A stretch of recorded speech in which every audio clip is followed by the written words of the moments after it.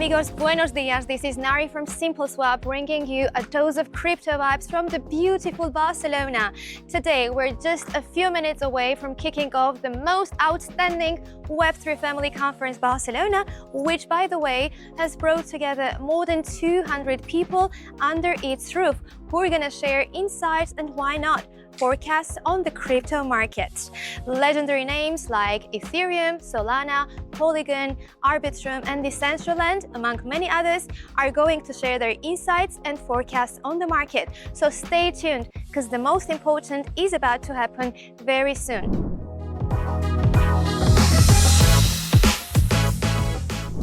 As I was saying, for me, the way that we are consuming information, the way that we've been consuming information for the last 30 years hasn't changed that much. We're still using screens and our eyes, and that's basically it. And the amount of information that we've been consuming has been increased 10x fold or 100x fold in the last few years. So I would expect to see a more spatial approach of consuming information, right? If you, I don't know, wherever, if you how would you explain that? For example, if you wake up at morning and you have to look at the phone to see the weather, it's something that it's going to be on your window, right? You're going to see the temperature on your window. You're going to see the sun shining, or you're going to see rain, but you're going to see the temperature, you're going to see what to wear, and you won't have to go to your phone or go to your... Sort of dependency on the phone. So for me, virtual reality is not going to be only visual. It's going to be auditive as well, like with sound, and it's So we're going to start to see less and less chunky interfaces and devices, and that's going to be more blended with our reality. I mean, Web3 is the future of the technology because of censorship resistance, transparency, and also using protocols like Waku, getting some privacy as well.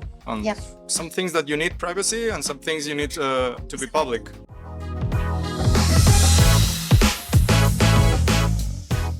I'm really excited about Lido as a DAO, about Lido as a protocol, because I do think that decentralization really matters.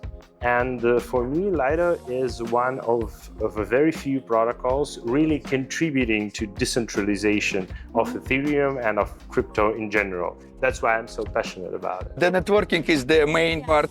Of course, it's always interesting to know more about other projects and how people see this world, how they see development of the Web3. And this and Web3 Family Conference is chain agnostic conference, so you can meet people not only from the Cosmos ecosystem or Ethereum, you can meet people from the different protocols and communities. And of course, this is very interesting to know what happens not only in your ecosystem.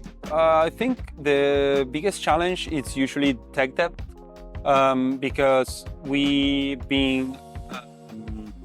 have chains that have been running for a long time. So every time you want to innovate and change stuff, you also have to take into account all those chains that are already running, and you have to be like, okay, I need to do migrations, I need to try to stick to one kind of storage and formatting and how things work. So I think tech debt and tech debt, it's the challenge.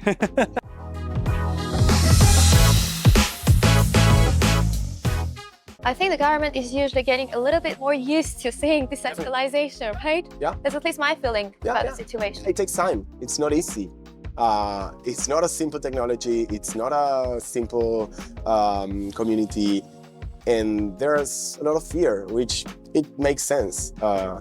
But I think we're going to start seeing more and more understanding of the situation, and as a result, better regulations. I'm not bullish or bearish.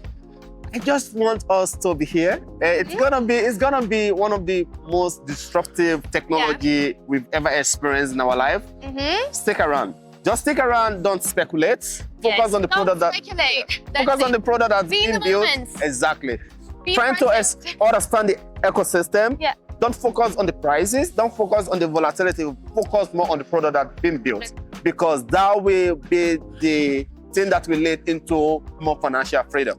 what we are trying to do as the Lido Dao contributors, we are trying to create the most secure and the most reliable code ever so that it can be treated really as a part of the ecosystem.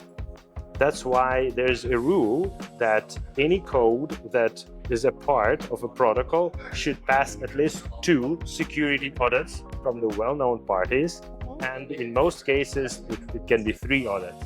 And there's a thorough process of internal reviews. Yeah, audits, loads of work and- happened behind the scenes. Yes, just for one purpose. Wow. Just for one purpose. What's that purpose? To keep the system Yeah. as autonomous as possible. What are the 3 key takeaways out of the event? 3 key takeaways. Oh, wow. The landscape is changing, I think is number 1. Number 2 kind of goes along with number 1, but this bull run is definitely different than the last ones. In what? Well, for one thing, I think in this one, we're going to be focusing a lot more on experience. So developer experience, user experience, Yes. user interfaces, exactly. So the last bull run, the last bear run as well, was focused a lot on dev tools. And I think this time, and based off of some of the things we've seen, this year and this bull run will probably focus a lot on. So you're more optimistic or what? I'm optimistic. I'm optimistic.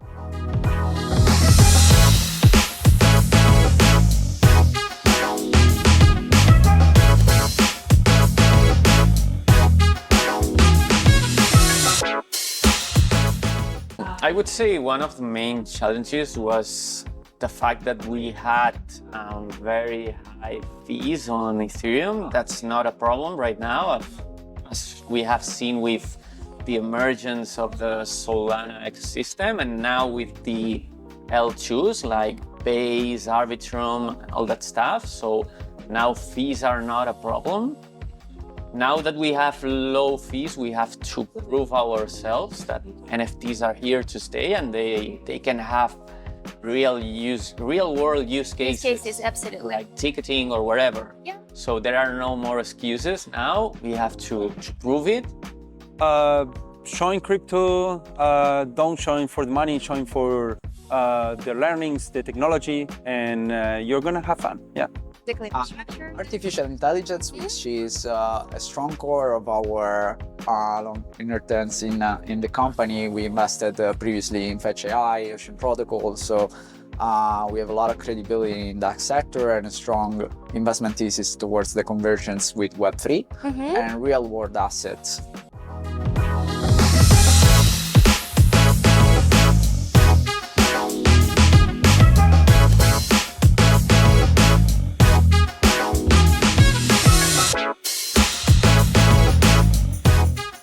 Well, to keep their minds open and not be distracted by the volatility.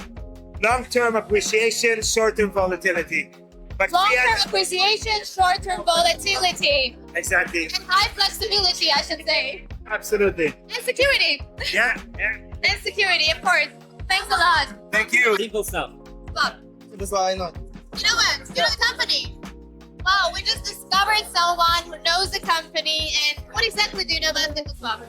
Like, I not use actually the platform, but I know because I do a lot of research about different tools from different blockchains, and SimpleSwap like very common in the thing of swap tokens and whatever. So I know what it is. It's not like I use it in my daily case. Well, it's always a privilege to have the opportunity to hang out with colleagues and friends, and especially to be here in the home of some really cool teams like the Polygon CKVM research team.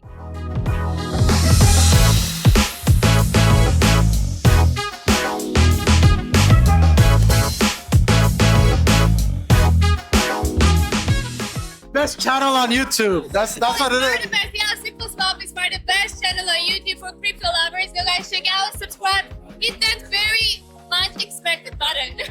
Go, smash that like button. Go do it now. Go do it now. Like and subscribe.